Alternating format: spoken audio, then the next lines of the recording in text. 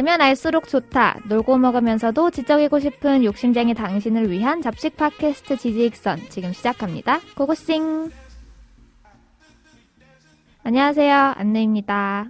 안녕하세요. 범래입니다. 은서입니다. 지구가 멸망해도 이게 정석대로 해야죠. 제가 사실은 안녕하세요라고 안녕하세요 여러분 하려다가 소개 먼저 해야지 해서 이렇게 빠지게 되었어요. 설명하니까 별로다. 재밌었는데. 네, 여러분 바로 후원 읽고 시작하겠습니다. 미니 지직선 7대 불가사의 편에 고딕제이님이 1,000원, 식량 안보 편에 고딕제이님 5,000원, 유전자 가위 편에 준빵님 10,000원, 황당보도님 1,000원, 뉴스브리핑 8회 가상화폐 편에 1,000원, 정기후원 애나닝님 1,000원 모두 감사드립니다. 감사합니다. 감사합니다. 준빵님은 처음 뵙는 것 같은데? 네. 정주행 하셨대요. 정주행 드디어 했다고 10,000원 후원하신 분이 맞아요. 계시구나. 10,000원 후원 정말 감사드립니다. 저는 10,000원 후원도 감사하지만 정주행을 하셨다는 게 그러니까. 지금 저희가 거의 2년 다 돼가거든요. 오 쉣. 2년 전에 안내의 모습. 약간 이런 거. 그때는 더 귀여웠어요. 그렇겠죠. 아무래도 더 젊었으니까. 왜냐면은 뒤늦게 데미지가 오는 타입. 좀 낙쳐봐요. 이 정주행이라는 게 제가 지난번에도 말씀드렸지만 저도 못해요 지금. 여러분들 힘들어. 정주행 할 수 있어요? 할 수 있죠. 진짜 할 수 있어요? 할 수 있죠. 들으실 수 있어요? 저는 거의 하긴 했어요. 저도 초반에는 했어요. 이제는 전 사실 요즘 올라오는 에피소드도 한 3번 정도 듣습니다. 진짜 어쩐다. 네, 바로 댓글 읽기 시간으로 들어가겠습니다. 댓글 읽으실 분 계신가요? 워히스토리님께서 커피 중독 시대에 댓글을 달아주셨습니다. 안느님이 틀리게 얘기한 게 있다. 들어보죠. 안 읽어보셨나요? 읽어봤죠. 읽어봤어요. 네, 그래서 고종이 커피를 처음 마신 장소와 시간 그리고 정관원에 대해서 이렇게 좀 팩트 체크를 해주셨는데 그래서 저도 좀 내용을 찾아봤습니다. 안느님이 진짜 틀린 걸까? 잘못된 정보를 가져온 걸까? 준비를 덜한 걸까? 대충 준비를 한 걸까? 식은땀 흘려.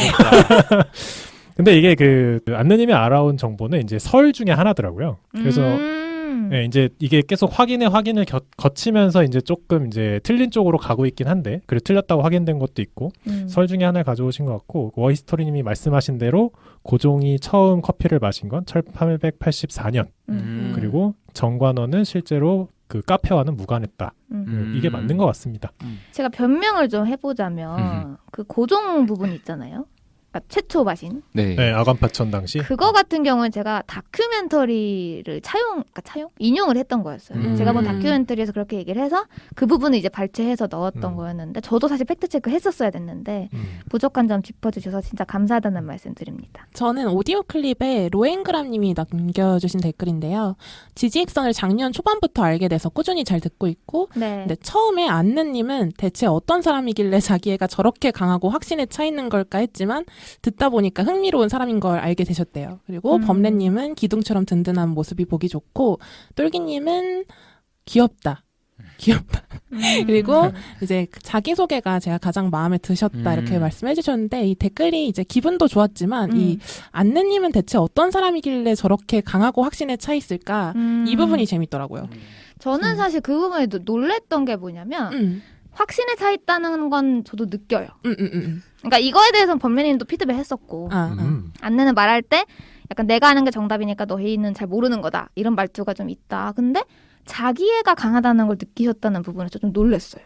왜냐면 저는 다들 느끼고 있지 않나요? 못 느낄 수 있나? 자기애가 강한 거는 제가 표현한 적이 딱히 없다고 생각을 했었거든요. 지금도 목소리에 묻어나는데. 아니 잠깐만. 강한 확신에 찬 말투가 있는 거랑 저 사람은 평소에 자기애가 강한 사람이구나. 이건 되게 다른 거다라고 생각을 했었어요. 그래요? 근데 소개 멘트만 봐도 당장에 내가 짱이다. 이거는 근데 자기애를 표현한다는 게 뭐 난 나를 사랑해 이렇게 말을 해야만 드러나는 건 아니잖아요. 그래서 저도 느꼈어요, 사실은 자기. 그 점이 본받을 점이 되기도 하고. 더듬네요. 근데 저도 이제 안느님 만나기 전에 음성으로만 들으면서 이런 생각을 했었는데 막상 만나서 같이 지내보니까 생각보다 이제 자기 애도 있지만 타인에 대한 정도 좀 많은 사람이구나 이런 걸 좀 느껴요. 예, 맞아요. 좀 이렇게 시시콜콜한 얘기지만 쿠쿠다스 멘탈 같은 사람입니다. 생각보다. 보통 이렇게 막 네. 외형으로 강한 사람이 아니에요, 알고 보면 착해요. 이게 좀 약간 전형적인 말이긴 하지만 실제로 그런 사람인 것 같아요. 맞아요. 네. 네. 멘탈이 나보다 약한 것 같아. 법률 멘탈은 따라잡을 사람이 그러니까 인간의 멘탈이 아니시지 않아요? AI니까. 네. 그 팟빵에 커피 중독 시대에 허니마망 K님이 오랜만에 댓글 남겨주셨어요. 좀 댓글이 길어서 대충 요약을 하자면 이제 제가 가끔 사용하는 욕설. 제가 가끔 사용하는 욕설이라고 하면은 보통 뭐 졸라 또 뭐 개 어쩌고 또 뭐 있을까요? 됐다 막 이런 거. 그걸 지적하는 댓글에 이거 하지 말라고 다시 하는데. 아니 근데 이 욕설에 대해서는 제가 피드백을 받은 적이 또 있었어요. 맞아, 있었어요. 네. 근데 그때 제가 뭐라 말씀드렸냐면 저는 죄송하지만 이 컨셉 아닌 컨셉을 유지하려고 한다. 왜냐면 제가 지향하는 바이거든요. 저는 지루한 교양방송은 절대 하고 싶지 않아 했던 사람으로서 지직선을 만들었던 거였고 제가 추구하는 컨셉 자체가 약간 B급 중간중간 웃으면서 하고 좀 시원시원하게 좀 친근감 있게 말하는 걸 추구했었는데 아무래도 이런 피드백이 계속 있다 보면은 사실 저도 철판 깔고 계속 할 수는 없거든요. 사실 예전에 피드백 받고 한번 줄였었어요. 그 뒤로 많이 사용을 안 하려고 했었는데 그래서 제가 좀 타협점을 생각을 해본 게 그러니까 저라는 사람을 바꿀 수는 없을 것 같아요. 왜냐면 저는 평소에도 욕을 많이 하거든요. 녹음할 때뿐만 아니라 저라는 사람을 고칠 수는 없을 것 같고 다만 제가 할 때마다 뭐 약간 음소거 처리를 한다라거나 뭐 삐 소리를 넣는다라는 식으로 여러분들에게 좀 필터링이 돼서 다가갈 수 있도록 이런 대안을 한번 실현해 보겠습니다. 근데 허니마망 K님이 상처 안 받게 너무 말씀을 잘 주셔서 되게 정성스럽게 저는 그게 너무 또 신기하고 본받아야겠다. 왜냐면 저는 톡 쏘는 거밖에 잘 못하는데 아 이렇게 돌려 외우세요? 아니 저는 이걸 보고 되게 좋게 써주셨잖아요. 그래서 제가 보기엔 최후의 통첩. 이래도 안 먹히면 이래도 욕이 나오면 이제 난 못 듣겠다. 떠나겠다. 그런 가지 마요. 네, 오늘 제가 진행하게 되었고요. 오늘의 주제는 바로 패러독스입니다. 패러독스. 한국말로 역설이라는 거죠.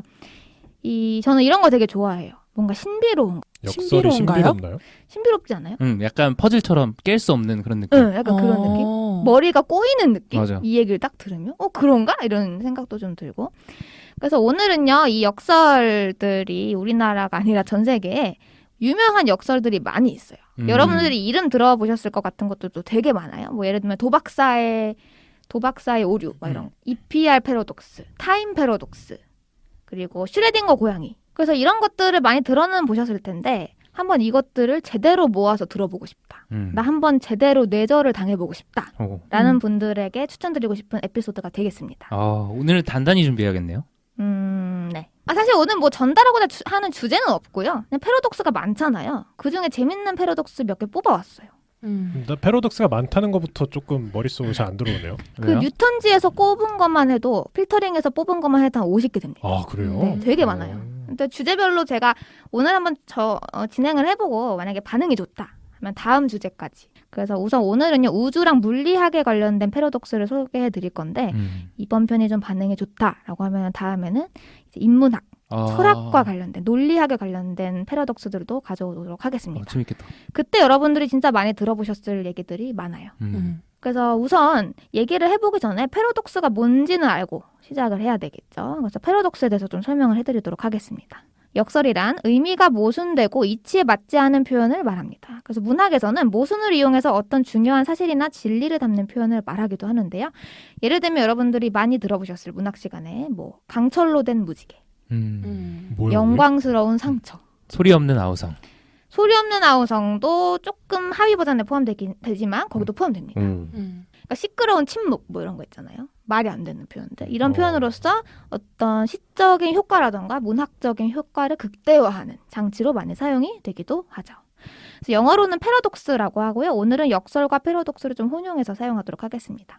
그래서 어원을 보면 일반적인 견해를 넘어섰다라는 의미예요. 역설은 부정하기 힘든 추론 과정을 거쳐서 받아들이기 힘든 결론에 도달하는 것을 의미합니다.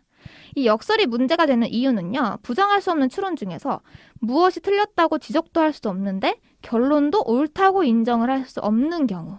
그래서 예를 들면 여러분들이 이런 생각 해보시면 됩니다. 어떤 카드가 있는데 앞면에 이 뒷면에 있는 문장은 거짓이다. 뒷면에는 이 뒷면에 있는 문장은 참이다. 이렇게 쓰는 거예요. 그럼 말이 안 되는 거죠. 그렇죠. 또 간단하게 해보면 지금 내가 하고 있는 이 말은 거짓이다. 라는 이 말 자체가 역설 그 자체입니다. 지금 내가 하고 있는 이 말은 거짓이다. 이거 제가 설명 안 드려도 이해되시죠? 네네. 이런 것들이 역설 관련된 표현들인 거예요.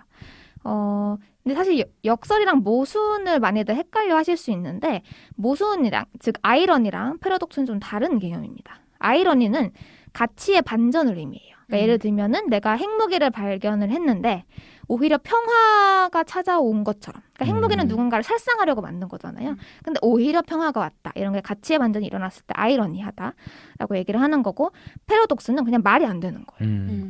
그 다음 하위 범주에 대해서 좀 설명을 해드릴 건데 여러분들이 문학 수업 좀 제대로 들으셨으면 옥시모론이라는 표현 들어보셨을 거예요. 한국 문학 시간에요? 아니요. 진짜요? 저는 영문학과에 있었는데 영문학과 수업 때 많이 들었던 표현입니다. 처음 들어봤어요. 옥시모론. 이 옥시모론이 역설법의 하위 범주로 들어가는 수사법이에요. 그래서 반이어이거나 양립할 수 없는 두 단어를 의도적으로 짜맞추어서 강조 효과를 노리는 기법.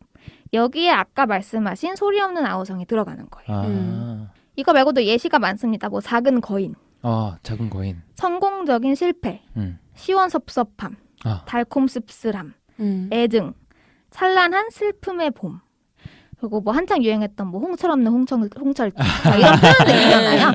이런 모순적인 표현을 들어가는 게 옥시모론, 즉 역설법의 하위 범주이다라는 거예요. 그래서 문학 수업은 여기까지 하고 바로 패러독스들을 병렬적으로 구성하는 오늘의 발제로 들어가도록 하겠습니다. 오늘 제가 준비한 패러독스가 6개예요. 우주랑 물리학 관련된 거 6개인데 사실 시간이 안 될 것 같긴 해요. 그래서 진행을 하다가 시간이 다 되면 끊도록 하겠습니다. 왜 그러냐면 제가 보통 발제 1시간 반 정도 준비를 해오는데 A4 용지로 한 7페이지에서 9페이지 정도 나오면 90분이 돼요. 근데 이번에 17페이지가 나왔어요. 아마 다 못할 것 같다는 생각이 듭니다. 우선 첫 번째 패러독스로 들어가겠습니다. 이 우주의 역설에 관련된 것 중 하나인데요. 올베르스의 패러독스입니다. 들어봤는데? 들어봤어요? 들어만 봤어요. 저는 이 올베르스라는 단어는 안 들어봤는데 이 역설이 던지는 질문은 어쩌다 들어봤던 것 같아요. 천문학에 관련된 역설입니다. 혹시 아세요? 아니요. 몰라요. 바로 질문 드리면 밤하늘은 왜 어두울까요? 그 빛이 산란될 때 뭐 그런 식으로 시작하나요? 산란이 뭐예요? 퍼지는 거. 빛이 퍼져서 어두워진다? 빛이 퍼지는데 그 밝은 색의 빛이 우리한테 도달을 안 하는 거죠. 빛의 산란은 하늘이 푸른 이유죠. 밤하늘이 어두운 이유는 그 태양을 바라보고 있지 않기 때문 아닌가요? 그러니까 이게 저희는 너무 당연하게 생각했던 거잖아요. 밤이니까 어둡지. 근데 생각해보면 밤하늘은 어두우면 안 된다라는 거예요. 잘 생각해. 왜요? 왜? 근데 여러분 오히려 밤하늘은 왜 어두운지 상상을 해보셔야 돼요. 태양을 안 보고 있잖아요. 그럼 우주는 왜 어둡죠? 우주 사진 보신 적 있으세요? 우주 사진? 네. 그럼 태양이 다 있잖아요, 우주에는. 네. 그러니까 항성이 있다는 얘기죠. 그렇죠. 항성들이 여러 가지 있고 실제로 지구 밖으로만 나가도 태양이 있잖아요. 네. 그러면은 다 밝아야 되잖아요. 태양이 바로 옆에 있는데. 이건 너무 강하게 얘기하면 안 되나?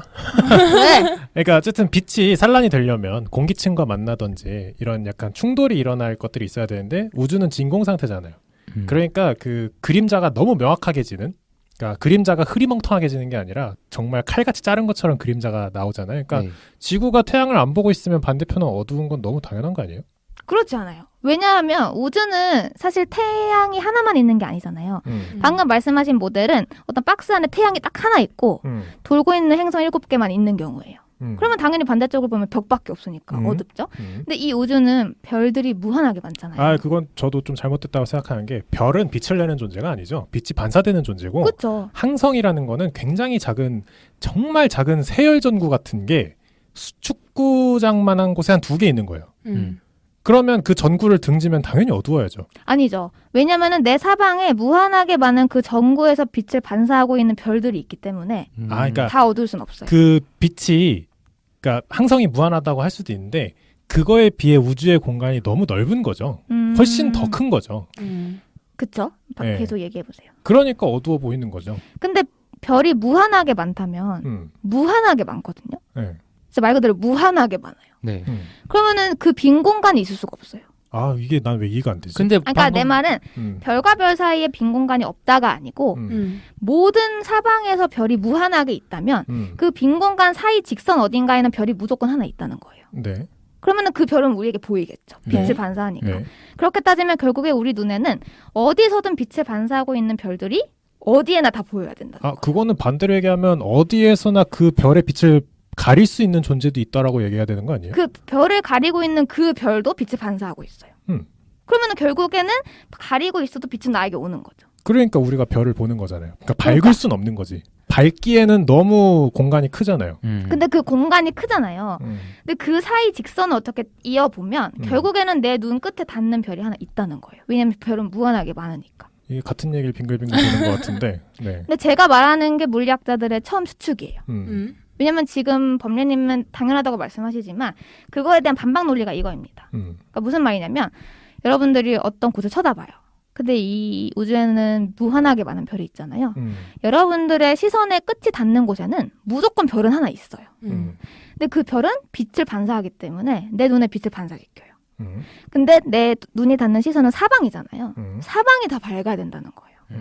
그래서 계산을 해보면 우리가 원래 우주를 딱 봤을 때 반짝반짝 다 빈 공간 없이 다 빛나야 한다는 거예요. 물론 그 빛나는 별의 크기는 다 다르겠죠. 왜냐면 거리가 다르니까.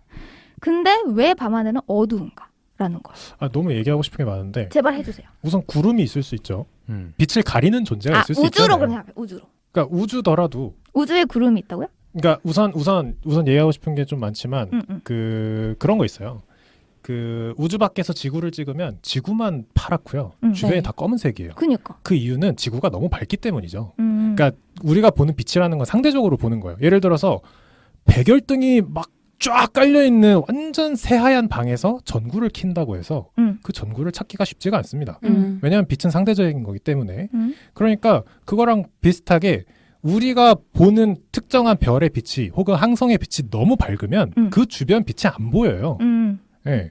그리고 가려지는 존재도 더 많을 거고 그렇기 때문에 난 밤하늘이 어두운 게 너무 당연한 것 같은데 난 오히려 그 밤하늘이 밝은 게 이상한 거라고 생각하는데.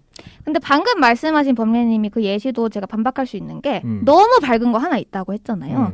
그리고 그 주변에 있는 별은 안 보인다고. 그걸 제외하고 그 너무 밝은 그 별은 그 뒤에 있는 작은 별들을 다 가리겠죠. 그 별이 가리지 않는 부분도 결국엔 밝아야 된다는 거예요. 그 논리는 왜 이해가 안 되지? 어쨌든 더 얘기해봐요. 우선 이 밤하늘이 왜 어두운지 설명하는 것들이 많긴 한데 방금 법례님이 말씀하신 건 없어요. 그러니까 무슨 말이냐면 예를 들면 이 우주가 3 곱하기 3이라고 생각해 볼게요. 9칸이. 그러니까 내가 볼 수 있는 우주의 면적이 3 곱하기 3, 9칸이 있어요. 그래서 예를 들면 여러분들이 행성은 그러니까 무한하게 있잖아요. 우주의 별은 무한하게 있는데 1-1칸에 쳐다보면 어딘가에는 끝에 별이 하나 있어요. 1-2칸을 보면 어딘가에는 별이 하나 있고 1-3칸, 2-1칸, 2-2칸, 2-3칸, 3-1칸, 3-2칸, 3-3칸 어딘가에는 별이 있어요. 멀던 가깝던. 그럼 결국에는 그 9칸은 다 빛난다는 거예요. 근데 여러분들 이렇게 생각할 수 있죠. 아니 1-1에 있는 별은 예를 들면 막 1km 뒤에 있어. 근데 1-2에 있는 별은 1m 앞에 있어. 그럼 당연히 1m에 있는 별이 더 크니까 왼쪽에 있는 별은 더 작으니까 그 사이에 뭐 공간이 있어야 되는 거 아니냐라고 생각할 수 있겠지만 잘 생각해 보시면 거리가 멀면 멀수록 여러분들이 볼 수 있는 별의 개수는 똑같이 많아져요. 그래서 결국에는 그 칸에서 보이는 밝기는 다 같습니다. 그 결국에 그 9칸은 다 빛나야 된다는 거예요. 이 9칸을 여러분들이 볼 수 있는 우주로 확장시켜 보세요. 여러분들이 어디를 쳐다보던 그 점 끝에는 별이 무조건 하나 있어요. 왜냐면 이 우주의 별은 무한하니까. 이게 나와 안느님이 접점을 맞이하지 못한 이유를 찾았어요. 이 밝다의 기준이 다른 것 같아요. 왜 밤하늘은 어두운가요가 질문이었잖아요. 그러니까 반대로 하늘이 밝다라고 생각하는 그 기준이 다른 것 같아요. 그러니까 안느님이 보기에는 그 별에서 반사된 빛도 충분히 밝다고 생각하시는 것 같고 제가 생각하기에 밝음이라는 건 항성을 직접 쳐다보면서 일어나는 그 공기의 산란으로 일어난 파란 하늘 그걸 생각한 거였거든요. 밝다의 기준은 동일하고 현재 그래서 우주가 어두운 상태를 역설이라고 생각하시는 거 아니에요, 안느님은? 우선 파란 하늘은 지구에서만 볼 수 있는 특이한 현상이죠. 대기라는 현상이 있는 거니까. 그래서 이건 우주 현상이 아니에요. 파란 하늘은 빼셔야 돼요. 제가 말하는 거는 이 우주 사진을 딱 찍으면은 까만데 별이 몇 개만 있잖아요. 근데 과학자들이 제 얘기가 아니에요. 제 주장이 아니고 과학자들이 생각하기에 무한히 별들이 많은데 어떻게 저 공간이 저렇게 많지? 빈 공간이? 그 빈 공간 끝에는 분명히 별이 하나 있는데 그 별은 왜 빛이 나한테 안 오는 거지? 이런 생각을 한 거예요. 왜냐하면 우주는 무한하니까. 이해되세요? 네네네.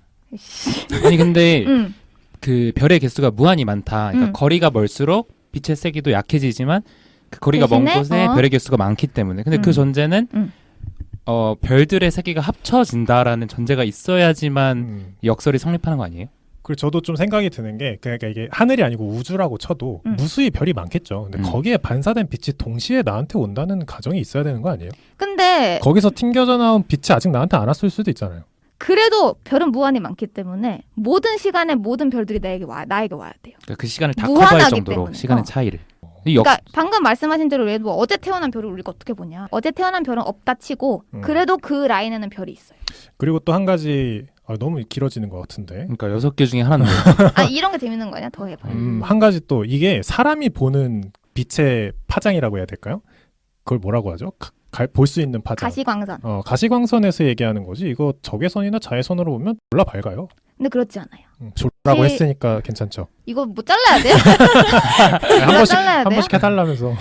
그 허블 우주 망원경 있잖아요. 네. 허블 우주 망원경이 허블 울트라 딥필드라는 걸 찍었어요. 대충 얘기를 하면 우주를 찍은 사진들을 여러 장 겹쳐서 이제 합성해서 만들어 본 건데 허블 망원경이 찍은 거를 거기에 항성들이 엄청나게 많이 찍혀 있어요. 그러니까 태양 같은 항성들이. 그럼에도 불구하고 굉장히 많은 까만 공간들이 있습니다. 그래서 여러분들이 생각하는 그 우주의 모양이에요. 그러니까 그 눈이 좋다는 망원경이나 어떤 청체적인 카메라로 찍은 것도 우리가 보는 그 우주랑 똑같은 모습입니다. 근데 그건 어디까지나 가시광선의 영역인 것 같긴 한데 가시광선이 우선 더 이상 아니죠. 왜냐면 기계가 찍은 거니까. 그러니까요. 그러니까 내 얘기는 엄청 어두운 밤에도 우리 그 군인들이 그 야간 투시경 같은 거 끼면 환하게 보이듯이 그러니까 뭐 이렇게 원자력을 측정한다든지 그러니까 엑스레이 같은 거죠. 그러니까 우리가 인간이 보지 못하는 공간은 이미 빛으로 가득 차 있거든요. 그걸 빛이라고 표현해야 될지는 모르겠지만 근데 인간이 볼 수 있는 그 좁은 파장을 가지고 밤하늘이 어둡다라는 것 자체가 해석이 굉장히 인간적인 것 같기도 한데. 그 얘기예요? 허블 우주망원경의 그 울트라 딥필드가 야간 투시경을 낀 상태 아니에요? 가시광선 바깥의 빛도 볼 수 가시광선 있는? 바깥의 빛도 이제 측정을 했겠지만 그걸 정말로 0부터 무한대까지의 모든 파장을 다 찍었으면 완전 흰색으로 나왔을 수도 있어요. 근데 딱 지금 그러니까 이 과학자들이 처음에 주장하는 바가 다 흰색으로 보여야 돼요, 밤하늘이. 진짜로. 근데 그렇지 않다라는 거고 만약에 범례님 말씀 이거잖아요. 물론 다 흰색으로 다 밝은데 우리가 못 보는 거다. 그건 역설이 아니죠. 우리가 보이는 것도 흰색이어야 한다라는 게 역설이 되는 거죠. 흰색인데 우리가 못 보는 거다. 이건 역설이 아니고 여기서 역설인 이유는 왜 우주는 까맣고 비어있는 공간이 나에게 존재하는가라는 거예요. 지금 비어있지 않다는 얘기를 하고 싶은 거 아니에요? 그러니까 비어있지 않아야 정상이다. 근데 이게 역설이라는 거죠. 그러니까 내가 보기엔 그 역설이 좀 이상한 거라는 거지. 사람이 보기에만 비어있는 거지. 사람이 안 봐도 비어있다니까. 그러니까 모든 파장을 우주에서 돌아다니는 모든 파장을 다 캡처할 수 있다. 그럼 흰색일지 뭘지 모르겠지만 꽉 차 있을 거라니까요. 비어있지 않다니까. 그러면 그냥 가시광선 얘기만 해봐요. 우리가 눈으로 봤어. 가시광선, 그러니까 빛에서 쏟아오는 빛에서 반사되는 빛은 가시광선입니다. 왜냐면 우리가 태양을 보면 반짝반짝 빛나고 별을 보면 반짝반짝 빛나잖아요. 그래서 행성에서 반사되는 빛은 다 가시광선이에요. 그럼 어때요? 그러면 아까 처음에 얘기랑 똑같은 거죠. 가시광선에서 볼 수 있는 범위 내에서는 안 보이는 게 아니라 그냥 인지를 못하는 거죠. 빛이 있는데. 가시광선인데 왜 인지를 못해요? 그러니까 그게 이제 검은색으로 보이는 거죠. 사람들 눈에는. 실제로는 그 광선들이 다 있는데. 그러니까 그 광선들이 다 가시광선으로 있다면 다 보이는 게 정상이라는 거죠. 계속 맴맴 도는 것 같아서. 근데 저는 아까 그게 계속 궁금한데 멀리서 오는 무수히 많은 별들의 빛들이 오면서 합쳐져요? 그래서 더 빛의 세계가 강해지는 게 원래 물리학의 전제인가요? 그러니까 예를 들면 1m 앞에 큰 전구가 하나 있어요. 그리고 100m 뒤에 전구 100개가 있어요. 그러면 나에게 도달했을 때 둘 다 똑같이 밝다는 거죠. 그 수치를 정확히 계산을 하면. 이 수치가 정확히 거리의 제곱에 반비례합니다. 우주가 유한한가 봐. 그래서 나오는 게 이거예요. 그럼 우주가 유한하다고 하면 되잖아. 별들의 개수가 우리가 보이는 게 다인 거야. 혹은 아까 얘기하신 대로 별들의 개수가 유한해서 100년 전에 태어난 거 어제 태어난 거는 안 보이는 거지. 라고 설명을 하려고 했었던 거예요. 과학자들이. 근데 우주의 별은 무한하다고밖에 얘기할 수 없어요. 그 이야기를 얘기를 해줄게요. 우선 나 서론 얘기도 못했어. 자, 이 얘기는 독일의 천문학자 하인리히 빌헬름 올베르스가 이제 제기한 질문이에요. 근데 이제 올베르스가 처음으로 제기한 질문은 아니고요. 예전부터 천문학자와 과학자들 사이에서 계속 논의가 되었었어요. 다들 이게 왜 이상한 거라고 다 생각을 했던 거지. 분명히 이론적으로 생각하면 엄청 밝아야 되는데 밤하늘이. 그러다가 한 1950년대쯤에 이 이름이 딱 붙여진 거예요. 올베르스 역설.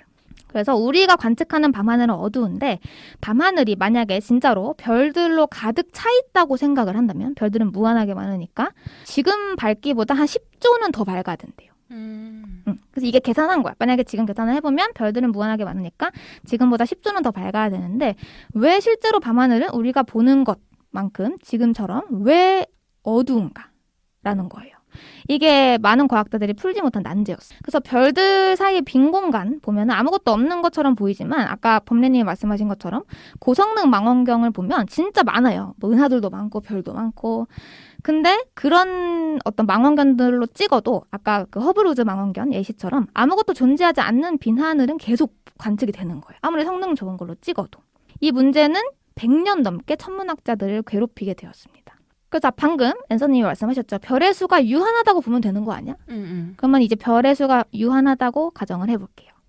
모든 천체는 중력이 있습니다. 그래서 별의 개수가 유한하면 결국에는 모든 천체는 한 점으로 모여서 충돌해요. 생각을 해볼게요. 유한하게 퍼져 있는 별들이 있어요. 중력이 다 있으니까 서로 점점 당겨질 거 아니에요. 그럼 두 개가 당겨집니다, 먼저. 그럼 두 개는 엄청 큰 하나가 됐죠? 그럼 그 하나는 다른 천체들보다 중력이 강해져요. 그럼 그 하나가 또 하나를 또 끌어옵니다. 그럼 세 개가 하나가 됐죠. 이런 식으로 모든 유한한 n개의 천체가 하나가 돼요. 중력이 존재하니까.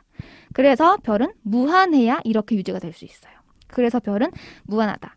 그리고 우주 공간도 무한하다. 그래서 중력이 편형을 이룬 것이다. 이게 뉴턴이 제시한 가설이고 지금까지 참으로 받아들여지고 있습니다. 여기까지는 괜찮으신가요? 네. 그래서 이 가설 만일 우주가 무한히 넓고 우주 전체에 걸쳐서 가시광선을 내는 별이 고르게 퍼져 있다면 그러니까 천체의 밀도가 우주 전역에 걸쳐서 일정하다면 1년의 논리적 추론 끝에 지구의 밤하늘은 태양의 표면만큼 밝아져야 한다라는 거예요. 왜냐면 모든 곳에 빛을 내는 별이 있으니까. 제가 기회가 되면 인스타에 좀 사진을 올려드릴게요. 논리적으로 하늘이 어떻게 보여야 하는지 사진 보면 딱 이해하실 수 있을 것 같아요. 아까 말씀드린 거 한 번 더 반복을 하면 지구에서 우주의 특정 방향으로 직선을 무한히 연장한다고 생각을 해보면 결국에는 어떤 한 별에 닿아요. 그래서 우주의 어느 방향을 보더라도 그 시선의 끝에는 항상 어떤 별이 존재해요. 근데 밤하늘 전체는 별의 표면이 덮고 있는 것이 되는 거죠. 그래서 지구에서 보는 밤하늘 전체는 별의 표면만큼 밝게 빛나고 있어야 한다라는 거예요. 자, 이러한 상황에서는 밤과 낮을 따질 것도 없이 태양 역시 별빛에 묻혀서 보이지 않게 됩니다. 왜냐면 아까 범례님이 말씀하신 대로 다 밝으니까. 그리고 시간이 흐르면 지구의 표면 또한 별들과 동일한 온도가 되어서 밝게 빛나게 되는 게 이론적으로는 시나리오예요. 이렇게 흘러 들어갔었어야 돼요.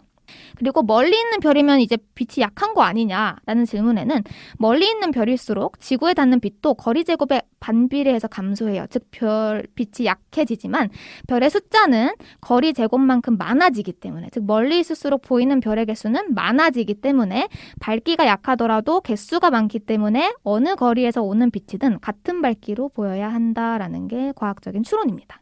근데 우주는 무한히 넓다고 가정했으니까 우리가 볼 수 있는 우주는 무한히 많고 어느 점에서든 지구에 도달하는 별빛이 무한히 강해야 하는 게 이론적인 설명이에요. 제 눈도 못 뜰 만큼 쨍해야 돼요. 근데 그렇지 않다라는 거죠. 그래서 이거에 대해서 많은 어떤 설명들이 있어요. 그거를 좀 차례차례 소개를 해드릴게요. 첫 번째 해설은 별들이 일직선으로 늘어서 있는 거 아니냐. 그러니까 아까 제가 얘기한 거랑 조금 비슷하네요. 가리고 있는 거 아니냐. 가리고 있는 거 아니냐. 대기일식 상태처럼. 별들의 수가 무한해도 걔네가 다 일직선으로 있다면 빈 공간이 있는 거 아니야. 사실 이거는 과학적인 얘기가 아니에요. 들어보시면 알겠지만. 그냥 1907년에 물리학자가 프로니에 달베라는 물리학자인데 농담처럼 했던 말이에요. 그냥 그때 당시 과학자들의 수준으로는 설명이 안 되니까. 그냥 놔버린 거네요. 안 풀고. 농담처럼 이렇게 해버린 거예요. 그리고 실제로 생각해보면 별들 자체의 부피 때문에 가까이 있는 별이 뒤에 있는 별들을 가려주기는 해요. 맞죠? 왜냐면은 예를 들면 뭐 수금지와 목토성이 일렬에 있다. 그럼 한 면에서 보면 하나로만 보이겠죠? 근데 그렇다고 해도 모든 별이 다 안 보일 순 없어요. 결국에는 한 점에는 모든 첫 별이 있기 마련이다라는 거죠. 그래서 이것도 역설을 해결해주지 못합니다. 두 번째 설명.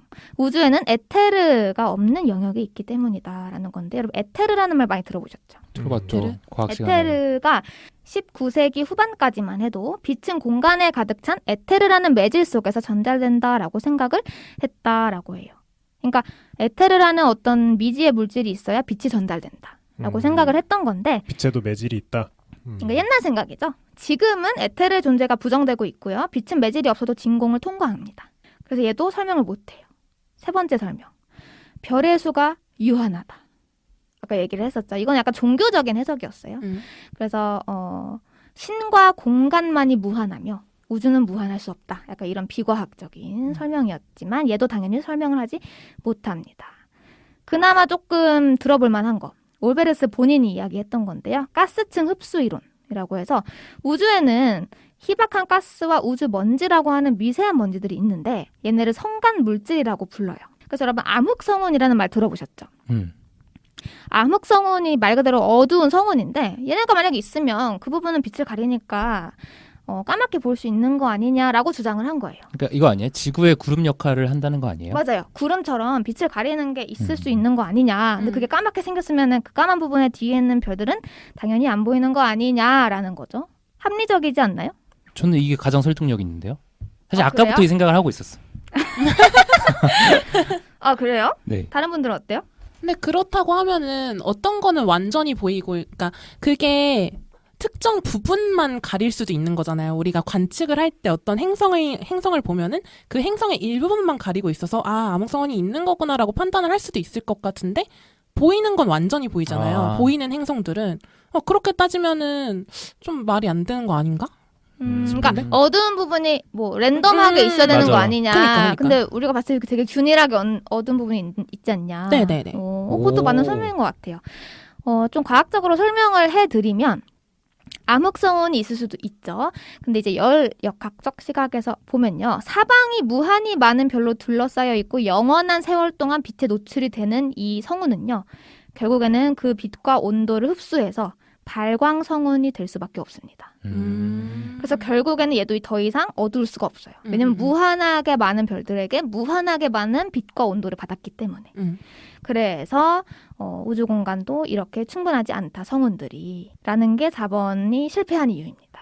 5번째 설명으로 날아가게 되면 윌리엄 허셜이 우리은하를 발견하면서 약간의 해결책이 보이는 듯 했어요. 우리은하 뭔지 아시죠? 우리은하. 우리가 속해 있는 은하 아니에요? 그렇죠. 저희가 뭐 갤럭시 이렇게 밀키웨이 속해 있는 갤럭시 얘기를 하는데 원반 모양으로 되어 있죠. 그 그림 아시죠? 골뱅이처럼 약간 그렇게 생긴 그 은하가 발견되면서 이 원반 모양으로 분포한 유한한 개수의 별들이 서로의 중력으로 우리 은하를 공전하고 있다면 자체 중력으로 붕괴할 위험은 없다. 그러니까 우리 은하는 유한한 개수인데 우리끼리만 있어도 공전을 하고 있으니까 한 점으로 충돌하지 않아. 이렇게 얘기를 한 거예요. 그리고 우리 은하가 우주의 전부라고 생각을 한다면 별이 무한한 공간에 고르게 퍼져 있는 게 아니라 유한한 공간인 우리 은하 안에만 존재하는 거니까 너가 말한 거 틀렸어. 역설이 아니야 이건. 유한한 빛이 유한하게 보이는 것일 뿐이지라는 거예요. 근데 이것도 반박이 되죠. 20세기에 허블 관측으로 인해서 은하 역시 우리 은하 하나만 있는 게 아니라 진짜 엄청나게 많다라는 것이 밝혀지게 돼서 올베르스의 역설은 다시 화두에 오르게 됩니다.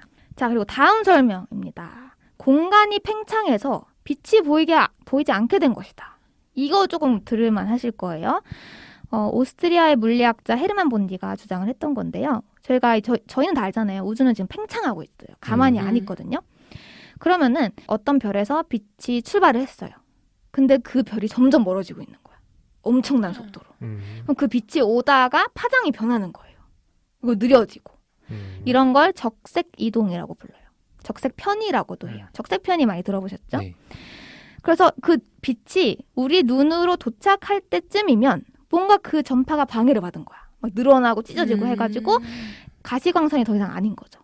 아까 범리님이 말씀하셨던 건 적외선, 막 전파 이런 걸로 변형이 돼서 우리 눈에 오게 되니까 이게 설명이 가능하다라는 거예요. 어때요? 이게 이제 최신 이론인 거죠? 최신 그래서 이론이고. 1950년대니까 20세기니까 그쵸? 근데 아까 우리 눈으로 보는 거 말고도 망원경으로 찍은 거에도 밝게 안 나왔다고. 어둡다면서요. 그쵸? 이게 해결책이 되려면 그 망원경으로 찍은 거에는 밝아야 되는 거잖아요. 그거는 아까 제가 물음을 던졌던 것처럼 0부터 무한대의 모든 파장을 다 찍을 수 없었기 때문에 커버를 못 해가지고 안에 그걸 다 찍을 수 있다면 진짜 흰색이 나오지 않을까. 근데 그렇게 따지면 사실 컬러가 다르게 찍힐 수는 있겠죠. 예를 들면 적외선이나 엄청나게 찢어진 파장 같은 경우에는 흰색이 아니라 뭐 다른 색이나 뭐 초록색 이렇게 표현이 된다거나 구별이 되어야 하는데 그렇지 않다라는 거죠. 어때요 이거? 그래서 이 역설은 그걸로 통해서 해결이 된 거예요? 설명해 드릴게요. 지금 방금 말씀드린 이 설명 있잖아요. 얘가 현대에서도 이게 정답인 것으로 오해받는 경우가 있다라고 해요. 그러니까 얘도 사실은 설명을 못합니다. 좀 복잡하긴 한데 이 헤르만 본디라는 물리학자가 가정했던 우주의 모습이 현재와는 좀 다르기도 하고요. 이 적색 편이라는 게 영향도 있겠지만 그것만으로는 다 설명이 안 될 정도로 우주가 지금 어두워요. 그것만으로도 설명이 안 될 정도. 그러니까 파장이 늘어지고 약간 찢어졌다고 해도 그걸 다 모아보면 뭐 허블 망원경 같은 기계의 도움을 받아서 다 찍어보면 밝게 보여야 되는데 그쵸? 그래도 그걸 감안해도 어둡다. 네. 그리고 사실 뭐 기계로까지 안 가도 이 사람들이 계속 얘기하는 건 눈으로 봐도예요. 어차피 가시광선은 어딘가에나 무조건 와야 되는데 이런 설명인 거죠. 그래서 결국에는 이제 최종 설명을 말씀드리도록 하겠습니다. 이 올베르스가 활약하던 시대에는요. 우주는 시작도 끝도 없고 그냥 무한한 광활한 공간이에요. 지금도 뭐 사실 그렇게 보고 있죠. 그래서 어떤 우주에서든 설령별이 아무리 멀리 떨어져 있어도 결국에는 닿았어요. 왜냐면 무한했으니까 시간은. 근데 20세기에 허블이 우주가 팽창을 하고 있다는 거를 발견을 하면서 그때 발견한 거 여러분 기억나시죠? 우주가 팽창하니까 되감기를 하면 결국에는 우주는 수축된다? 쪼그라든다? 그 쪼그라드니까 결국에 되감기를 끝까지 해보면 우주는 결국에는 뭐로 시작했다? 빅뱅. 빅뱅으로? 그쵸, 한 점에서 시작했다. 즉 여기서 생겨난 게 뭐냐면 우주는 유한한 시간을 가졌던 거예요. 그러니까 되돌릴 수 있는 타임라인이 있다는 거죠, 우주에는. 근데 여태까지 생각했던 건 뭐냐면 우주는 타임라인 같은 게 없고 시작도 없고 끝도 없었던 거예요. 시간적인 면에서. 근데 저희는 이제 알아냈죠. 우주는 태어날 시간이 있어요. 138억 년 전에 태어났어요. 이 올베르스 역설의 가정이 세 가지가 있어요. 첫 번째, 우주는 무한하다. 두 번째, 우주는 영원하다. 세 번째, 우주는 정적이다. 이런 것들이 참이라는 전제하에 세워져 있었던 건데요. 이 정적인 우주관은 지금은 조금 많이 없어졌지만 예전에 아인슈타인이 있을 때만 해도 엄청나게 사람들 뇌리에 박혀 있었던 거래요. 그래서 그 유명한 아인슈타인도 우주상수라는 걸 만들어냈어. 우주상수가 정해져 있는 수거든요. 그만큼 우주를 정적인 존재로 보려고 했던 것들이 뿌리 깊게 박혀 있었다라는 건데 허블의 발견으로 인해서 그것들이 다 파괴되었다. 이런 것들을 먼저 머릿속에 넣어주시면 될 것 같고요. 태양 같은 걸 이제 항성이라고 해요. 항성은 스스로 빛나는 별들을 얘기하는데 영원히 빛나지는 않아요. 근데 예전에는 영원히 빛난다고 생각했겠죠. 태양은 항상 저기서 밝게 빛나고 있으니까. 결국에는 근데 불타 없어져 버리는 것이 항성입니다. 그래서 예를 들면 빛이 100년에 걸쳐서 도달할 정도에 떨어진 곳에 있는 별이 100년이 지나면 더 이상 관측이 안 되는 거예요. 왜냐면 걔는 타다 없어졌으니까. 근데 우주의 나이는 유한하니까 과거의 우주의 모습은 현재의 우주의 모습과 되게 다르죠. 그래서 여러분들 그런 말 많이 들어보시지 않았어요? 하늘을 보면 우주의 과거가 보인다. 그렇죠. 우리가 보고 들어보셨죠? 있는 건 과거다. 그렇죠. 우리가 보고 있는 것은 과거다. 그러니까 탄생 초기의 우주의 모습이 보이는 거예요. 탄생 초기의 우주의 모습은 별이 아직 탄생하지 않은 암흑 시대의 우주의 모습까지도 포함을 하고 있어요. 이런 식으로도 설명이 가능합니다. 그러니까 예를 들면 우리가 볼 수 있는 별들이 무한하다고 생각을 했지만 그 별들이 우리 눈에 닿기까지, 그러니까 그 빛이 여행을 하기까지의 그 시간이 무한하지 않고 유한했기 때문에 우리 눈에 닿지 않는 별들의 빛들이 있었다. 그리고 우리 눈에 들어오는 것들이 현재의 별빛들이 아니고 과거에 별이 없었던 시절에까지도 우리 눈에 오고 있는 거기 때문에 어두운 부분들이 보이는 거다. 이렇게 설명이 되고 있습니다. 그럼 반대로 얘기하면 어두운 부분은 빅뱅 이전의 공간이다. 그러니까 빅뱅 이전은 없어요. 빅뱅 이전이라는 건 존재하지 않아요. 근데 빅뱅이 시작하지 얼마 안 됐을 때 그때도 포함을 하고 있는 거고 이게 참 표로 보여드리면 진짜 설명 잘할 수 있는데 이게 말로 설명하니까 너무 어렵네. 그러니까 제가 이해하기에는 별은 유한하다라는 게 원래 해결책이었는데 그게 깨졌는데 중력 때문에 별이 유한하면 안 돼서 그렇지만 우리가 갖고 있는 우주라는 화폭에 담아내는 별은 유한하다. 뭐 아닌가요? 그러니까 지구로 도달하는 별의 그쵸. 그 빛은 유한하다. 그게 과거의 별의 개수가 얼마 안 됐을 때 빛들이 도달하는 거기 때문에 그 당시에는 유한했잖아요. 지금은 계속 무한할 수 있어도. 제가 바로 거기다 예스는 못할 것 같아요. 왜냐면 약간 다른 것 같아요, 개념이. 근데 비슷할 것 같기는 합니다. 그러니까 과거에 우리가 봤지만 지금은 보지 못하는 별들이 있을 수밖에 없다라는 거고 그런 별들 또한 무한히 많다는 거죠. 그러니까 빛의 소멸이 축적되어 있는 것 때문에 우리가 보고 있는 과거가 어둡다라는 거죠. 그렇죠. 그러니까 예를 들면은 모든 게 빛이 밝게 빛나려면 시간이 유한해야 돼요. 과거라는 것도 없고 현재라는 것도 없고 미래도 없는 거야. 어차피 뭐 별이 언제 죽었던 그거는 엄청나게 옛날 전이어도 지금 무한하게 시간이 흘렀으니까. 근데 그렇지 않다라는 걸 발견하게 되면서 이미 죽은 별들은 우리에게 도달하지 못했다라는 게 되는 거죠. 이런 설명으로 요 올베르스의 역설은 해결되었습니다. 그래서 밤은 어둡습니다. 그렇군요. 어렵죠. 근데 이게 저는 뭐 해결 과정도 재밌지만 우리가 그냥 너무 당연하게 밤은 당연히 어둡지 라고 했던 거에 대해서 이 천문학자들이 100년 동안 이렇게 매달렸다라는 것도 의외였어요. 신기하다. 근데 그 첫 번째 그 안느님의 이야기가 좀 무조건 같은 것 같아요. 그러니까 예를 무조건? 들어서 그러니까 소멸하는 별이 있었기 때문에 밤하늘이 어두울 수 있었다. 뭐 대충 이렇게 정리를 하면 소멸하는 별만큼 새로 탄생하는 별이 무한한데 그럼 밤하늘이 밝아야 되는 거 아니야? 약간 그 논리 있잖아요. 그렇죠.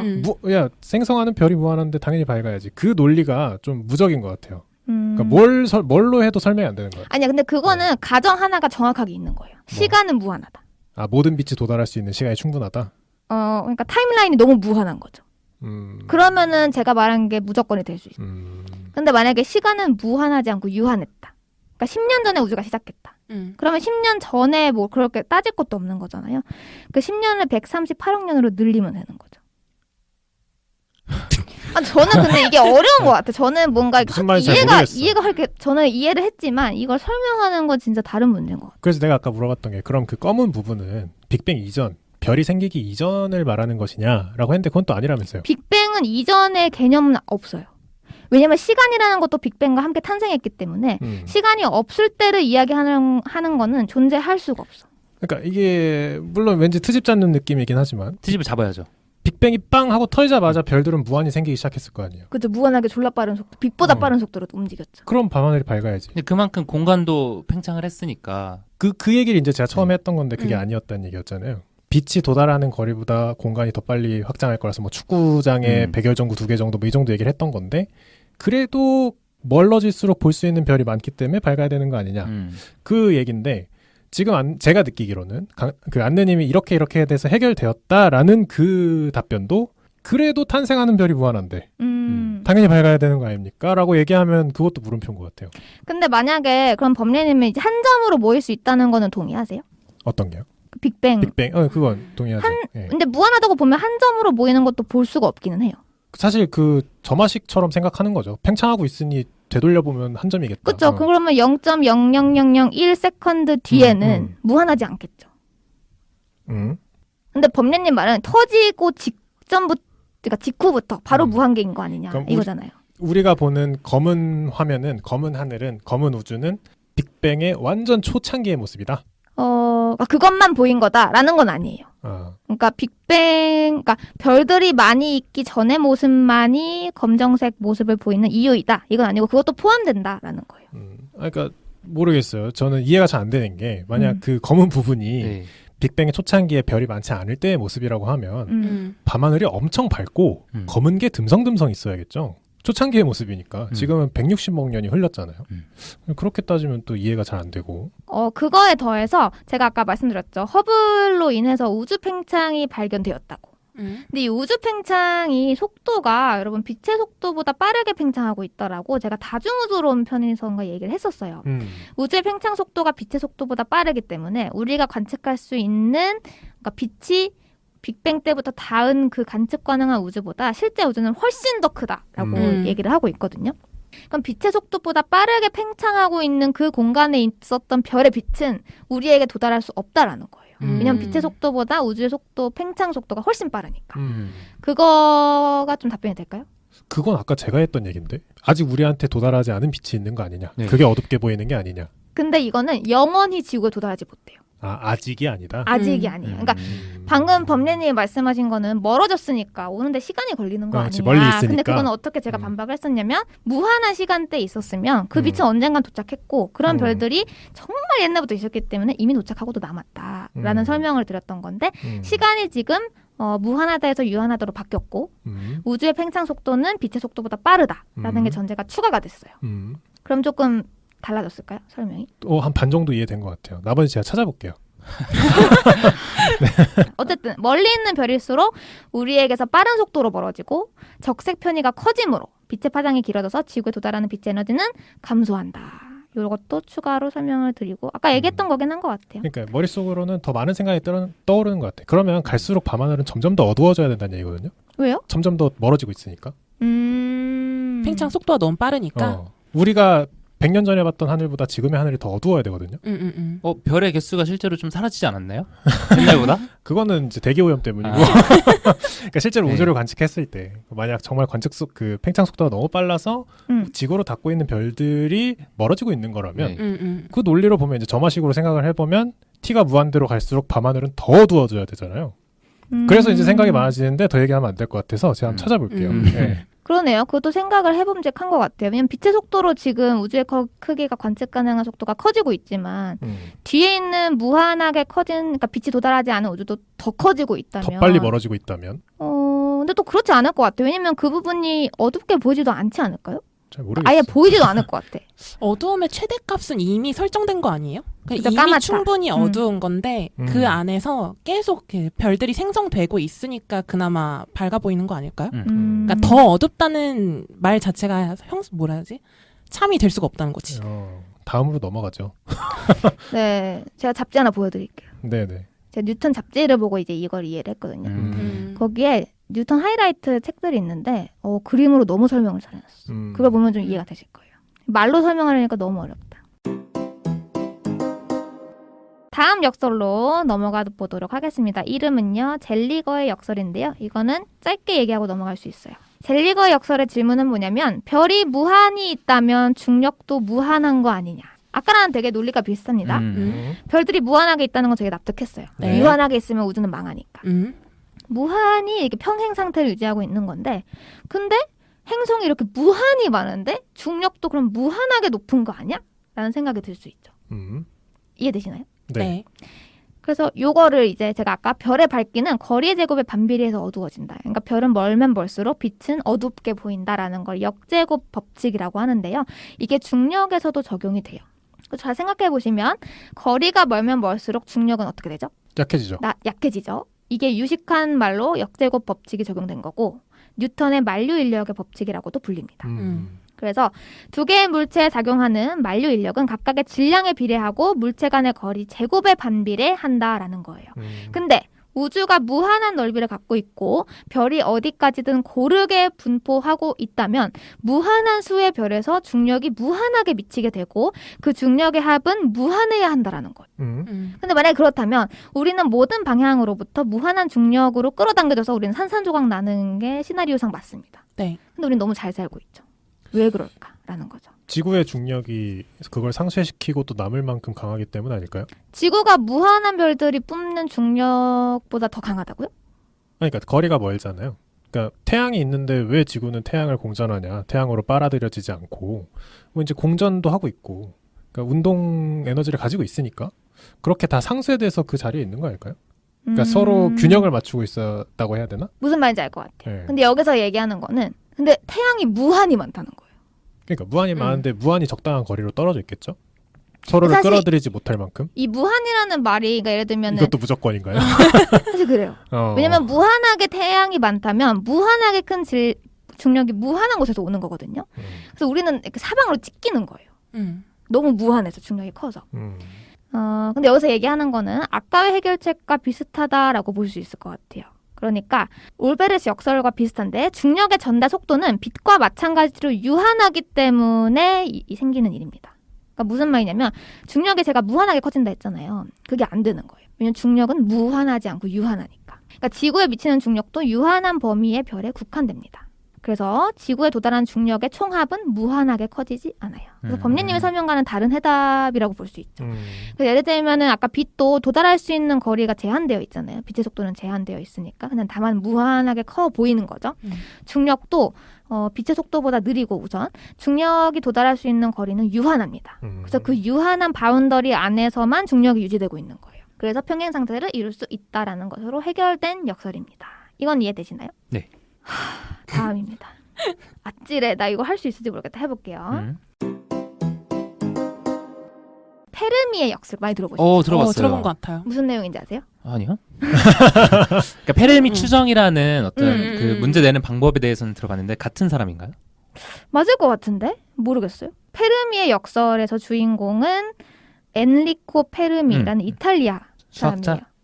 뭐 수학자, 과학자 다 상관없어요. 물리학자, 과학자 다 됩니다. 이 사람의 질문은 바로 이것입니다. 우주의 크기와 나이를 고려했을 때 인류 문명과 같은 외계 문명의 존재는 당연하다라고 의견을 모으다가 과학자들이 페르미가 딱 이 질문을 하는 거예요. 근데 걔는 어디 있어? 이런 질문을 한 거예요. 이게 페르미의 역설입니다. 역사에 이름 남기기 쉬운데? 근데 이거 되게 유명해요. 이거를 이거 풀려고 하는 사람들도 굉장히 많고, 그러니까 이해하기 어렵게 우주의 규모가 너무 큰 거예요. 그러니까 너무 많아. 행성도 항성도 진짜 셀 수 없이 너무 많은데 외계 문명이 있는 게 당연해 보이는 거예요. 없는 게 이상하지. 근데 있다면 왜 우리에게 보이지 않느냐는 거예요. 이거 올베르스랑 젤리거랑 비슷하게 풀 수 있는 거 아니에요? 어떻게? 그러니까 우주는 더 엄청 빠르게 팽창을 하는데 만나지 못한다. 그래서 만나지 못한다. 그것도 무조건이네. 너무 만능 논리인가? 근데 그거는 어떤 조건이 성립이 돼야 되냐면 외계 문명에 살고 있는 행성이 엄청나게 멀리 있고 빛의 팽창 속도보다 먼 곳에 있어야만 성립되는 거예요. 그렇지 않다면 참이 될 수 없죠. 근데 그 안쪽에 또 있을 텐데 왜 못 보냐 이거죠? 차원이 다른가 보지. 가시광선이 아닌 거지. 우리가 느낄 수 있는 차원과 다른 차원에서 살고 있나 보지. 그치, 그 사람들도 우리가 안 보이는 거지. 더 고차원의 더 고차원이니까. 그렇죠. 그것도 설명 중에 하나 있어요. 영화 콘택트에서는 이 넓은 우주의 생명체가 우리뿐이라면 얼마나 큰 공간 낭비겠냐 이런 말도 남겼었죠. 그리고 진짜 유명한 말 하나 있어요. 아서 C 클라크 아시죠? 영국의 작가. 이 사람이 뭐라 했냐면 외계 생명체의 존재에 관하여 두 가지 가능성이 있다. 우리 말고 더 있거나 우리밖에 없거나. 그 두 개 모두 끔찍하다. 이거 되게 유명한 말. 들어봤네요. 들어봤을 거예요. 있는 게 낫지 않나? 근데 이게 만약에 그러니까 있을 수밖에 없다라는 거예요. 이 무한한 이 우주를 생각해 보면 행성과 항성이 이렇게 무한하게 많은데 어떻게 한 문명이 없겠어. 근데 그 문명이 있었다면 왜 우리는 여태 만날 수가 없냐는 거죠. 바로 옆에 있을지도 몰라요. 요거에 대한 답변을 내려고 했던 천문학자 프랭크 드레이크라는 사람이 있는데 이 드레이크 방정식이라는 게 있습니다. 드레이크 방정식 들어보셨나요? 네. 그거 무슨 확률 아닌가요? 그게 막 한 변수가 7개 정도 있고 그 막 인자가 굽혀져 있고, 굽혀져 있는 걸로 기억해요. 구하려고 하는 게 뭐냐면 통신 가능한 지구 밖의 문명의 수를 구하는 수식입니다. 근데 이거 뭐 기호로 설명하면 너무 복잡하고 제가 설명을 해드리면 통신 가능한 지구 밖의 문명의 수는요. 우리 은하에서 1년에 형성되는 항성의 개수를 먼저 생각해 보시면 돼요. 항성이라 하면은 태양 같은 애들. 거기다가 뭘 곱하냐면 그 항성에서 생명이 생존 가능한 영역 안에 있는 행성수의 평균 값을 곱해요. 그 행성에서 생명체가 탄생할 확률도 곱해요. 그 탄생한 생명체가 그 중에서도 지적 생명체로 진화할 확률을 곱해요. 그 지적 생명체가 행성 간 통신을 시도할 확률을 곱해요. 행성 밖 통신을 할 문명이 그럼 또 얼마나 지속될 것이냐. 이것도 곱해줍니다. 그러니까 점점 적어지지 않나요, 확률이? 어떻게 보면 인류의 탄생 확률을 계산하는 느낌이기도 하네요. 그렇죠. 그거를 근데 엄청나게 많은 행성과 항성의 개수로 나누어 버린 거죠. 무한 소가 되나요, 그러면? 그러니까 지금 우선 개수 모집단을 좀 설명해 드릴게요. 우리 은하에 있는 항성의 개수가 몇 개인지 아세요? 아니요. 진짜 최소로 잡아도 2,000억 개. 항성이? 태양계 같은 게 2,000억 개 정도 있고 어떤 자료에는 5,000에서 한 6,000억 개 정도 된다라고 추산되는 자료들도 있어요. 그러니까 이 중에서 태양계 같은 항성이 존재할 확률에다가 그 태양계 같은 항성에서 지구 같은 행성이 또 있을 확률을 또 곱하고 그 지구에서 인간 같은 지적 생명체가 진화할 확률을 또 곱하고 이렇게 곱해서 들어가는 거죠. 그러니까 결국에는 거의 없지 않을까 이런 말이 좀 더 가까워 보이는데 이렇게 해서 드레이크가 계산을 해봐요. 몇 개 나왔을까요? 2,000억 개에서 한 6,000억 개로 추정되는 이 우리 은하 안에서만. 그래도 한 100개 있지 않을까요? 총 100. 선배님 100. 다음 분들. 15개. 15개. 한 개도 없었다. 0. 0. 0은 나올 수 없어요. 왜냐면은 그러니까 확률이니까. 0점 몇몇 개면은 0개라고 쳐야 되는 거의 거잖아. 0에 수렴한다고요? 그러니까 1%는 미만이다. 그렇죠. 한 개가 안 되는 거지. 근데 그러니까 5천억 개 1%만 해도 엄청 많거든요. 근데 5천억 개 중에 한 개 정도일 것 같다. 아, 그러니까 그 모수를 1 이하로 만들어 버리는 확률인 거죠. 그렇게 큰 확률이. 그러면 1로 칠 수가 없으니까. 정답은 뭔가요? 10이 나왔습니다. 오. 10개. 네. 아 근데 이게 말이 많아요. 이제 항목들 확률? 따져보면 그러니까 임의로 넣는 확률이 너무 많은 거야. 그러니까 예를 들면 그럴 것 같아. 그 지적 생명체가 행성 간 통신을 시도할 확률. 이거 어떻게 계산해? 그러니까. 우리도 못하잖아. 우리 모르지. 그것도 드레이크도 임의로 넣는 거예요. 그래서 아. 드레이크가 10이라는 숫자를 내기는 했는데 근거가 없는 수치들이 너무 많았던 거죠. 그래서 사람의 주관에 따라서 결과는 달라지지만 그래도 요 수식 드레이크 방정식은 지금까지도 내려져오는 유명한 방정식이 되었습니다. 이게 한 50년 전의 추정이에요. 그럼 지금은 어디까지 알아봤는지 살펴볼게요. 지금 태양계 외에 처음으로 외계 행성이 발견된 게 언제 같아요? 그러니까 우리 태양계 말고. 아, 태양계 말고 그 태양계 밖에 있는 행성이 발견된 게 한 언제쯤이었을 것 같아요? 1900 중순? 중순? 1800 후반대? 후반? 1940년대? 1940년대? 네. 오, 말씀드릴게요. 아폴로가 1960년대니까. 허블이 말씀드려볼까요? 1990년대. 말씀드린다고. 1995년입니다. 오, 허블 진짜 좌우네. 늦죠. 진짜 가깝다. 너무 늦죠. 네. 너무 늦죠. 이때 최초고 2009년에 이제 케플러 우주 망원경을 나사에서 쏘아 올렸었어요. 걔 덕분에 조금 수가 늘어났고요. 2017년 5월까지 발견된 외계 행성 수는 대략 몇 개일까요? 그러니까 지금 외계라는 게 태양계 밖에. 바깥쪽. 한 500개? 500개. 오. 왜 500개라고 추산을 했냐면 그 발견할 때마다 이름 지어주는 걸로 알고 있거든요. 그러니까 어쨌든 사람이 발견을 해야 돼요 그거를. 그러니까 몇 개 안 되지 않을까. 그럴 수도 있겠다. 난 그럼 5,000개. 오케이. 1000개? 오케이. 중간값. 답은 약 3,500개입니다. 오, 많이 생각보다 발견했다. 전 적다 생각해요. 근데 저도 적은 것 같아요, 좀. 그래서 뭐 예를 들면 우리 은하에 소속된 항성의 개수가 지금 한 몇 천억 개 된다고 했잖아요. 네. 이 항성들 가운데서 한 개 이상의 행성을 가진 비율은 어느 정도 될까 계산을 해봤대요. 그러니까 모든 항성이 행성을 갖고 있지는 않아요.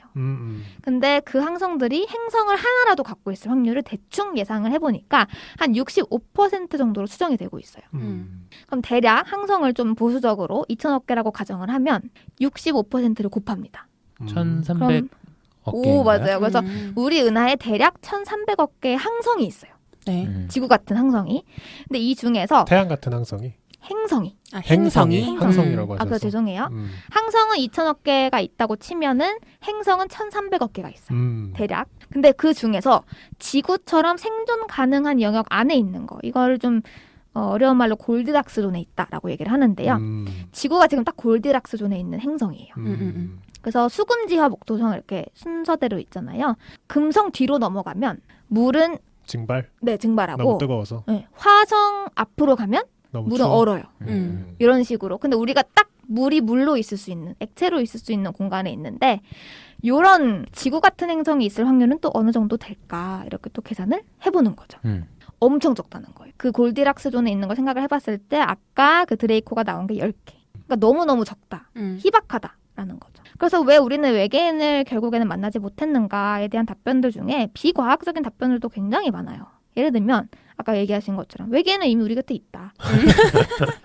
이미 있어. 그리고 예를 들면 그런 그 가설도 있어요. 동물원 가설. 우리가 사실은 동물원이다. 동물원에는 동물인 거야. 시뮬레이션 우주론 같은 거 아니에요? 비슷해요. 약간 오프라인 시뮬레이션 우주론 같은 거지. 그래서 우리는 보호구역 안에 있는 거야. 자연 보호구역 안. 그래서 그 누구도 우리에게 발을 들이지 못해. 약간 그린벨트 같은 곳에 우리가 있어서 아무도 두지 못하는데 우리를 다 관찰은 하고 있는 거지. 뭐 이런 비과학적인. 그러니까 반증을 할 수조차 없는. 그렇죠. 그리고 맨인 블랙 영화도 이거 설명해 주잖아요. 외계인들이 사실은 인간으로 위장해서 우리 곁에 살고 있다. 이것도 비과학적인 설명인 거죠. 그리고 뭐 고차원적인 존재다. 그래서 우리 옆에 있지만 만날 수 없는 거다. 이것도 비과학적인 설명입니다. 그래서 중요한 거는 이 1,400억 개가 넘는 지구와 비슷한 행성 중에서 이 지구만한 행성이 더 있을 확률이 굉장히 희박할 정도로 지구가 진짜 이상하게 혜택을 받은 행성이다라는 걸 알 수 있다는 거예요. 정말 이상하게. 그래서 예를 들면 태양계에 거대한 행성이 3개만 있었어도 우리는 살 수 없었고 뭐 물, 자전주기, 이산화탄소의 양, 산소 양, 오존층 이런 것들 자기장들이 조금이라도 없었으면 우리는 살 수 없었다. 즉 굉장히 희박한 확률 때문에 그 1300억 개라는 모집단의 개수가 무의미해질 수도 있다라고 설명을 하고 있습니다. 어쨌든 우리는 외계인을 아직 못 만났기 때문에 지금 전 세계적으로 외계인 탐색을 진행하고 있어요. 많이 들어보셨을 것 같은데 세티. 들어보셨죠? 이 세티가 지구 밖에 지적 생명체가 보내는 통신 신호를 포착하려는 모든 시도를 다 통틀어서 세티라고 부릅니다. 그래서 이 세티는 1960년대 최초로 미국에서 시작이 되었고요. 한 50년 정도 진행이 된 거죠, 지금. 그래서 아직까지는 이거 확실히 지구 밖의 지적 생명체, 즉 외계인이 보낸 신호다라고 확신된 경우는 한 건도 없었다. 그래서 결국에는 아직은 풀리지 않는 미스터리인 거죠. 네, 그래서 오늘 총 3가지였나요? 3가지 패러독스를 설명해드렸던 것 같아요. 네. 오늘 설명해드린 패러독스는 우주, 천문학에서 이제 논의되고 있는 패러독스들이었습니다. 재밌으셨어요? 꿀잼. 재밌었어요. 다행이에요. 저는 생각보다 그 처음에 한 거 올베르스. 올베르스에서 너무 기가 빨려가지고. 아 근데 분명히 이거 듣는 분들도 궁금한 점이 많이 생길 거예요. 우리가 2번째, 3번째를 좀 쉽게 납득하고 지나가긴 했지만 사실 더 끌어보고 싶긴 했는데. 근데 페르미 역설 관련해서 그 생각은 있어요. 그러니까 페르미 역설의 전제가 우주는 무한하고 그리고 항성도 무한하다였나요? 그러니까 뭐 완전 무한은 아니더라도 너무너무 많다는 거죠. 근데 그 무한한 만큼 그 외계인이 있을 확률을 낮춰주는 뭔가도 같이 무한하지 않을까. 그러니까 예를 들어 별들이 많으면 중력도 무한한 거잖아요. 근데 중력이 많으면 그만큼 영향을 주는 요소가 많아서 지구처럼 골디락스 존에 위치할 확률도 낮추게 만드는 거예요. 그게 뭔지는 모르겠지만 저는. 근데 만약에 이게 무한을 넣으면 그럼에도 불구하고 많아요. 무조건이지. 슈퍼방장 같은 느낌. 그러니까 예를 들면 골디락스 존에 있을 확률이 낮아지잖아요. 점점. 네. 근데 그래도 별은 무한하기 때문에 너무 많은 거예요. 그러니까 골디락스 존에 올 확률이 낮아지게 만드는 요소도 무한해진다. 그 전제가 있으면은 해결되는 거 아니에요? 무한하고 무한히 충돌하는 거니까. 근데 이게 그거 생각해 보시면 될 것 같아요. 저희 다중우주론 얘기했을 때 그 얘기 했었잖아요. 우리 우주는 이렇게 희박한 확률로 어떻게 딱 존재를 할 수 있는가. 이런 얘기 했었잖아요. 근데 그거에 대한 답이 뭐였냐면 우주가 무한히 많은 거야. 그래서 그중에서 이 이상한 상수값들을 모두 설정해서 이 희박한 확률로 지구가 있을 확률도 결국 있는 거예요. 왜냐면 우주는 그 표본이 무한하니까. 있긴 있는 건데. 아까 뭐 그 3개 있다 그랬나요? 뭐 10개 있다 그랬나? 뭐 이렇게 10개. 지구 같은 행성이 있을 수 있는. 그 중에 하나가 우리라고 치면 하긴 지구가 있으면은 또 다른 생명의 행성이. 그러니까 그게 그 똘개님 말씀대로 무한히 많다고 해도 무한히 안 될 것도 무한하기 때문에 안 되는 게 아니냐라고 하려면 지구가 없었어야죠. 그렇죠. 지구가 없어야겠네요. 그러니까 이게 제가 보기에는 역설이라기보다는 수리적 사고와 인지적 사고가 충돌하는 지점들을 다 얘기를 하는 것 같아요. 그러니까 수리적으로 보면 지구가 존재한다는 것 자체가 그 극악의 확률도 존재할 수 있다는 증거거든요. 그럼 그렇게 수리적으로 보면 과학자들도 똑같은 생각을 한 거겠지만 당연히 외계인은 있어야 돼요. 그러니까 어딘가에 우리가 보든 못 보든. 근데 이제 이걸 왜 우리가 인지할 수 없느냐로 넘어가면서 이게 패러독스가 되는 것 같아요. 그러니까 왜 만나지 못하는 거? 왜냐면 그들도 우리처럼 인류 문명으로 발전을 했다. 그러니까 인류는 아니더라도 어떤 지적 생명체를 가진 존재들이 문명으로 발전을 했다면 결국에는 어느 시점에는 우주 밖을 나갈 거란 말이에요. 우리가 그랬듯이. 그랬으면 언젠가는 만났어야 되는 거 아니냐. 그러니까 직접 피지컬하게 대면은 못했어도 우리가 그렇게 수많은 전파를 쏘고 있잖아요. 외계인들 보라고. 우리도 계속 들으려고 막 열고 막 보고 있는데 어떻게 단 한 건도 도달하지 못하고 오지 않았는가 이런 거죠. 바수가 안 맞나? 그것도 근데 그거 중에 하나가 뭐냐면 외계인들을 쐈어. 쐈는데 우리가 어디 있는지 모르니까 막 난사를 할 거 아니에요. 사방에다가. 근데 그 사방에 쏜 무언가가 우리에게 도착할 확률이 너무 적어요. 왜냐면 우주는 뭐 이거저거 다 꽉 차 있고 오는 길에 방해받았을 확률도 너무 높고 이런 확률로 그것도 되게 극악의 확률이 되는 거죠. 못 만날 확률이 더 크지 않을까요? 생각해봐요. 우리 은하가 굉장히 큰데 그중에 10개 있다고 하면 지금 기네스 기록상 지구에서 가장 멀리 간 보이저 탐사선이 끼케아 태양계에 넘어갔거든요. 그러면 어느 다른 문명이 걔네 항성계를 뛰어넘었다고 해도 아직 수천억 년이 남은 거예요.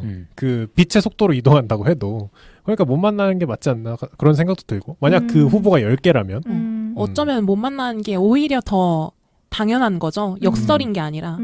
그렇게도 볼 수 있지 않을까요? 근데 10개는 우리 은하 내에서만 구한 개수 아니에요? 10개는 여러분 잊어버리셔도 돼요. 아까 네네. 말씀드렸지만 임의로 산정한 수치들이 너무 많았던. 그러니까 뭐 있다고 하더라도 네. 굉장히 생각보다 엄청 적을 적은 거다. 수일 건데. 그러니까 제가 보기엔 10개도 최대로 잡은 것 같은데. 그치. 근데 이거를 치면은 오히려 못 만나는 게 당연한 거 아니냐. 그러니까 제가 보기엔 그런 느낌인 거죠. 지구 전체에 바늘 10개를 숨겨놨다.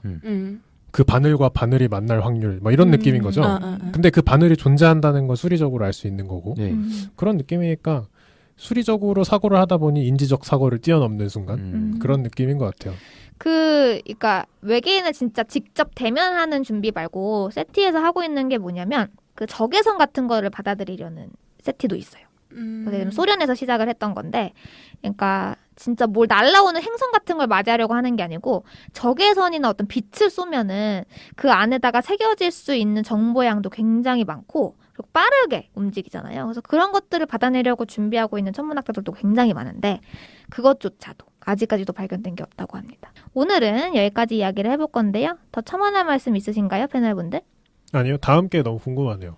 10몇 개가 있다 그랬죠? 50개가 있다 그랬나? 50개를 다 설명해드릴 건 아닌데 네. 오늘 다 얘기 못한 게 쌍둥이의 역설 아. 그리고 유명한 타임 패러독스 왜 우리의 시간 여행은 불가능한가 이거에 대한 이야기였습니다. 다음 시간에 들려드리도록 할게요. 아, 좋아요. 고생 많으셨습니다. 감사합니다. 감사합니다. 감사합니다.